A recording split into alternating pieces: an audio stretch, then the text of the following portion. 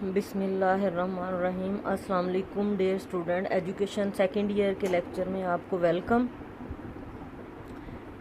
برصغیر میں برطانوی نظام تعلیم جو ہے وہ اس کو ہم سیکنڈ چیپٹر ہم نے سٹارٹ کیا، اس کو ہم ڈسکس کر رہے ہیں۔ 1813 سے 1947 تک جتنی بھی ایجوکیشن پالیسیز بنی ہیں اس میں ہمیں ایسٹ انڈیا کمپنی نے سٹارٹ میں جو تعلیمی پالیسی دی تھی اسی کا رنگ ہمیں نظر آتا ہے۔ انگریزوں کا جو دور تھا، اس دور کے جائزے سے بظاہر ہمیں یہ احساس ہوتا ہے کہ کمپنی تعلیمی معاملات میں غیر جانبدار تھے،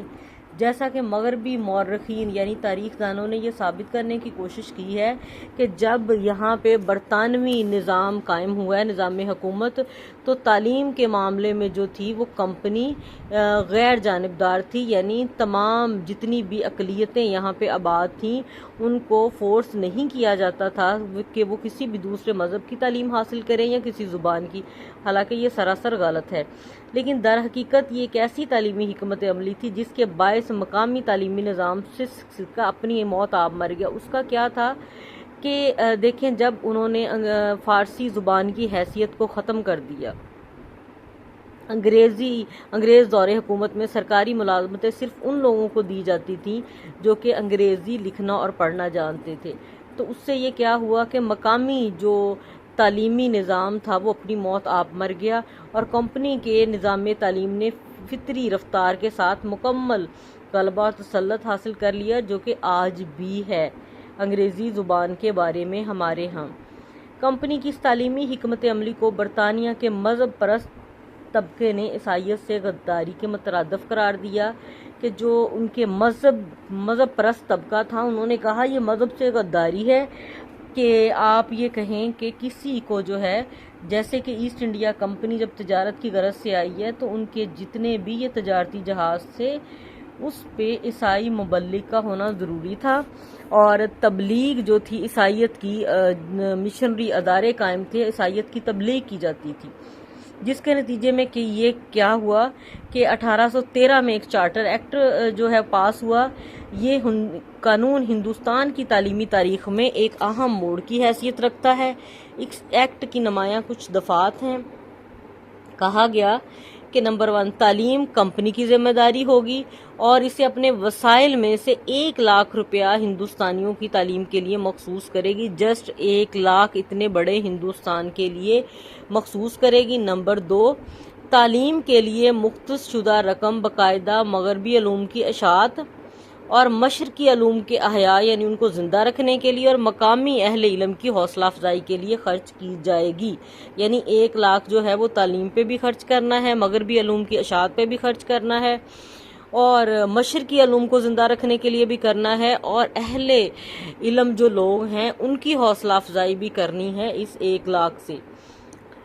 نمبر 3، تعلیم کا اولین مقصد اہل ہند تک عیسائیت کا پیغام پہنچانا ہوگا، جس کے لیے مشنری اداروں کی سرپرستی کی جائے گی۔ مغربی علوم و سائنس کی تعلیم انگریزی زبان کے ذریعے دی جائے گی، یعنی ایک تو مقصد تھا اہل ہند تک عیسائیت کا پیغام پہنچانا، اس کے لیے جو مشنری ادارے تھے وہ ان کی سرپرستی کی جائے گی کہ جو لوگ عیسائی ہونا چاہتے ہیں ان کی آپ تبلیغ کریں کہ وہ عیسائی مذہب قبول کریں، کیونکہ اپنے اقتدار کو طول دینے کے لیے انگریزوں کی یہ پالیسی تھی یا تو ان کو عیسائی بنا لو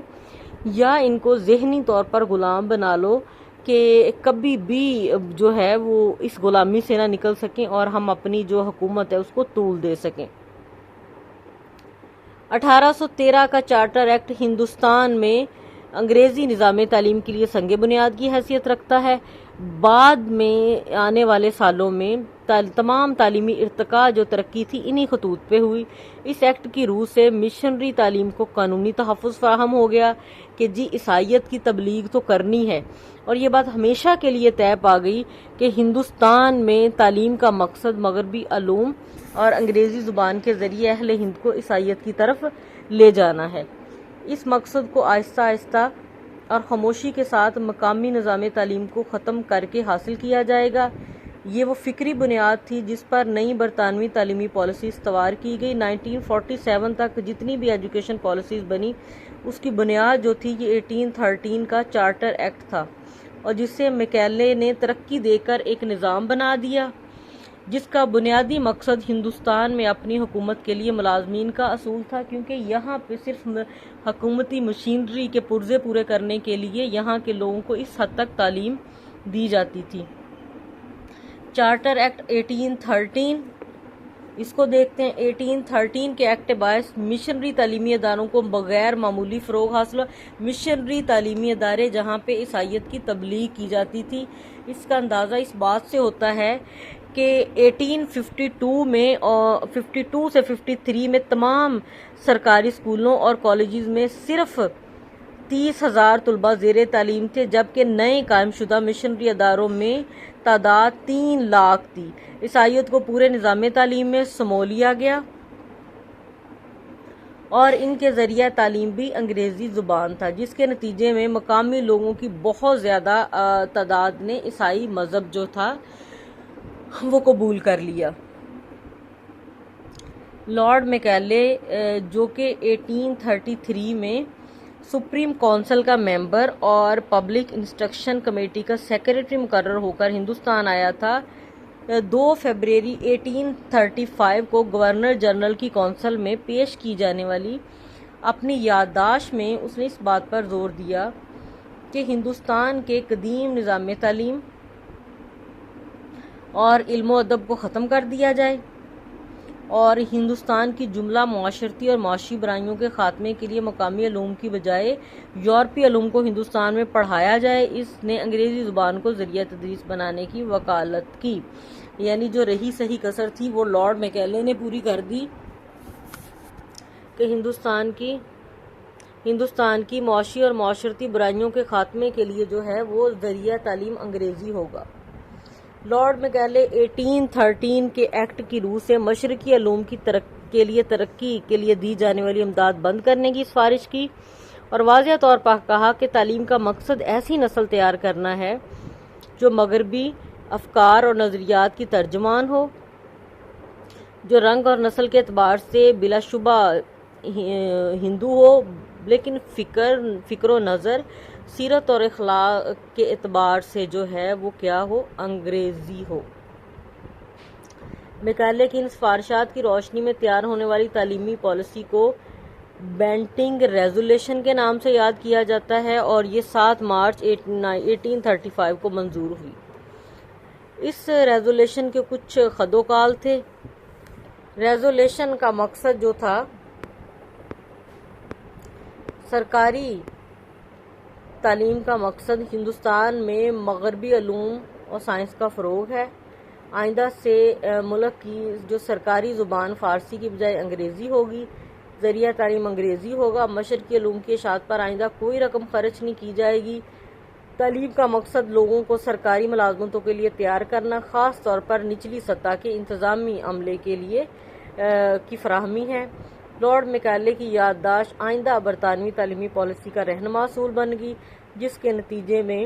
ہندوستان کا نظام تعلیم اپنی قومی اساس سے ہمیشہ کے لیے محروم ہو گیا۔ کیسے؟ ذریعہ تعلیم ختم کر دیا،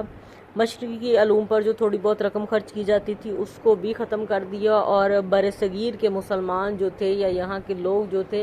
ان کی زندگی اور ان کی اقدار کو معاشرتی اور معاشی طور پر برائیوں کا نام دے دیا گیا اور اس طرح یہاں کا جو نظام تعلیم تھا وہ تقریباً جو ہے وہ اپنی بنیادی جو اساس تھی اس کو کھو بیٹھا اور پھر کبھی بھی وہ اپنے پاؤں پہ دوبارہ کھڑا نہیں ہو سکا۔ یہ تھا ہمارا آج کا لیکچر۔ آگے جو ان کی ایجوکیشن پالیسی تھی برطانوی گورنمنٹ کی، انشاءاللہ ہم اگلے لیکچر میں اس کو ڈسکس کریں گے۔ Thank you.